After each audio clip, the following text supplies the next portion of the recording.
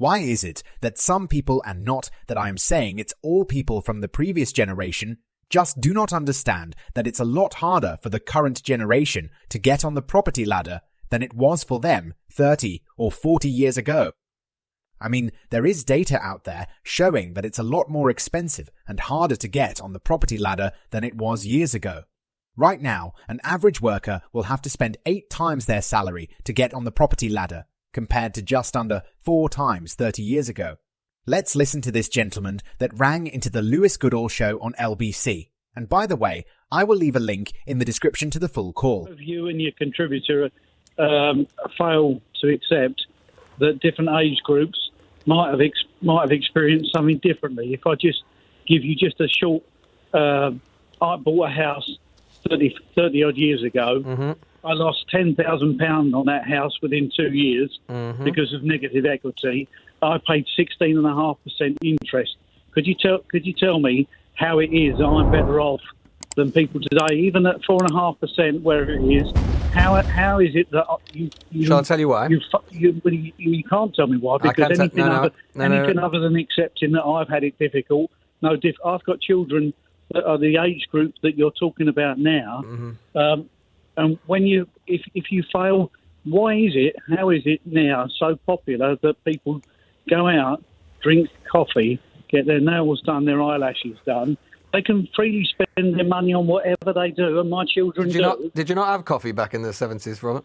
You not have any coffee? I wouldn't have paid £4 or £5 for a that would have been unlikely given the inflationary differences. And I won't pay it now. Well, good for you. But shall I tell you why you're wrong in terms of the difference? The difference is, yes, you may have been paying briefly, has to be said, not consistently, briefly 15% interest rate. The difference is now is that even with interest rates at 4 or 5%, in real terms, that is a bigger burden for someone taking out a mortgage today because of the difference in house prices. When you were buying your house, whenever it was, back a few decades ago, when you were buying your house, relative house prices were only 3 to 4 or maybe 5 times average income. Now they are 7, 8, 9 or 10 times average income. So in real terms... You're basing that on the knowledge that you know everybody's income, aren't you?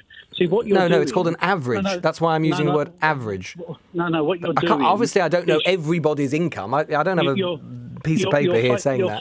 You're failing to accept that the possibility is that just my age group and yours and my children's have all got different challenges to bear. Yeah, of course, everybody has different challenges. Of course they do. I've said that at the very beginning. But I'm talking. But Robert, we've got to talk. The point is that we've got to talk generally and looking at the economic data across generations. Of course, people within the generations are going to have different challenges, and they're going to be rich people, they're going to be poor people. Different generations will have different challenges. Of course, no generation has it completely easy. Of course, they don't. But what I struggle to understand is why people like yourself, with respect, don't acknowledge, just on the basis of the empirical data, that on house prices, on wages, which are the things that matter most, is that the generation below you and the one below that has had it much more difficult than your own. No, I don't believe that. Yeah, but you might not believe it. It's just fact. It doesn't matter what you believe. It's not fact, because you're not considering that whilst my daughter's at university... This caller just doesn't get it, does he? I mean, which world does he live in? There's sky-high inflation, stagnating wages, and a lot more people competing for the same houses, just to name a few that our generation now faces just to get on the housing ladder. And for those that don't want to buy, renting is almost not an option anymore, and the price of renting right now is a joke. That's even if you can find a house to rent. So, talking about eyelashes and getting nails done or cutting down on Netflix will make little difference to the current rate at which house prices are going up. And seriously, what I don't get sometimes is how they think by simply cutting out Netflix and not drinking Starbucks coffee would simply auto-magically make the housing affordability better. Yes, it all adds up, but how will my cutting my £8 per month Netflix subscription make a dent in the extra £50,000 deposit I need to get on the property ladder, when most of my disposable income is currently going on renting a tiny flat? At university,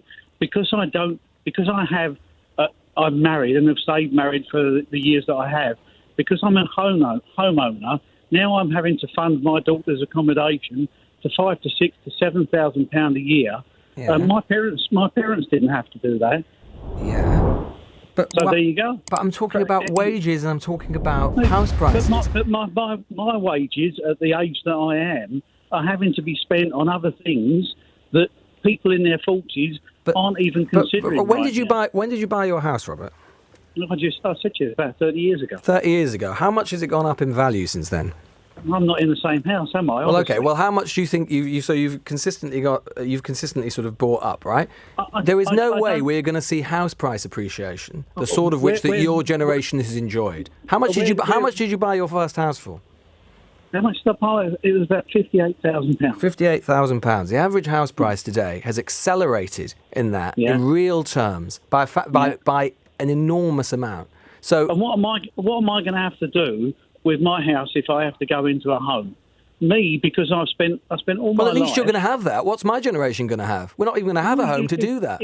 That's the point I'm making. No, well, you're missing the point. No, you just don't want to hear it.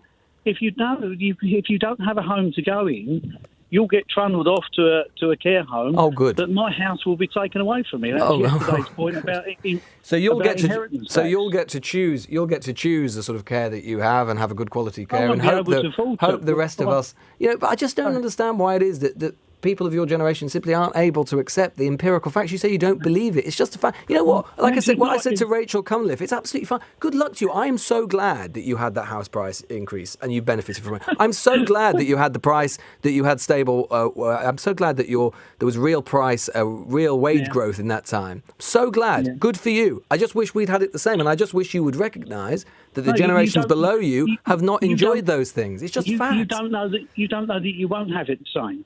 Well, we've had 13 years. We have 15 years since the financial crisis. We haven't had it. A whole generation's already been scarred. There's no recovery from that. It's already affected permanently people's long-term wage growth. That is a fact.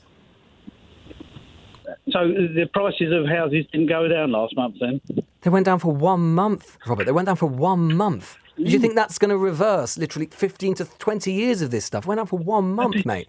Because it did 30 years ago. Because it's happened before. You're missing... Okay. So you think it's going to go back down to 58 grand, the average, when you bought your house? You think the average house, which is currently over £250,000, is going to go back down to 58 grand anytime soon? Yeah, it mightn't it? Okay, maybe it might. Lots of things might happen. Thank you, Robert, in Essex there. We're grateful to him, and it's good to have the discussion. And I can see lots of you... I want to get more of you in there, but I do feel that Robert does rather sum it up. I can't understand why... You know what? Like, if I won the lottery, I would be able to recognise that I'd be like, I'm glad I've won the lottery, and I'm glad that I've had this good fortune, and I'm sorry that other people haven't had it. But I wouldn't just go to everybody else, well, you might win the lottery. It might happen to you. Don't feel jealous of me. Just, it might happen to you. It's not that I've had a particularly good thing happen to me. I mean, it's just crazy. Just don't get it. Most people know the solution to the problem is to build more houses. But no, the private sector wouldn't build more as they need to protect their profits. Building more houses, they know for a fact that it dilutes their profitability and affects how much these house builders can sell those houses if there are more of them. Simple law of supply and demand. Let me know what you think in the comment section below.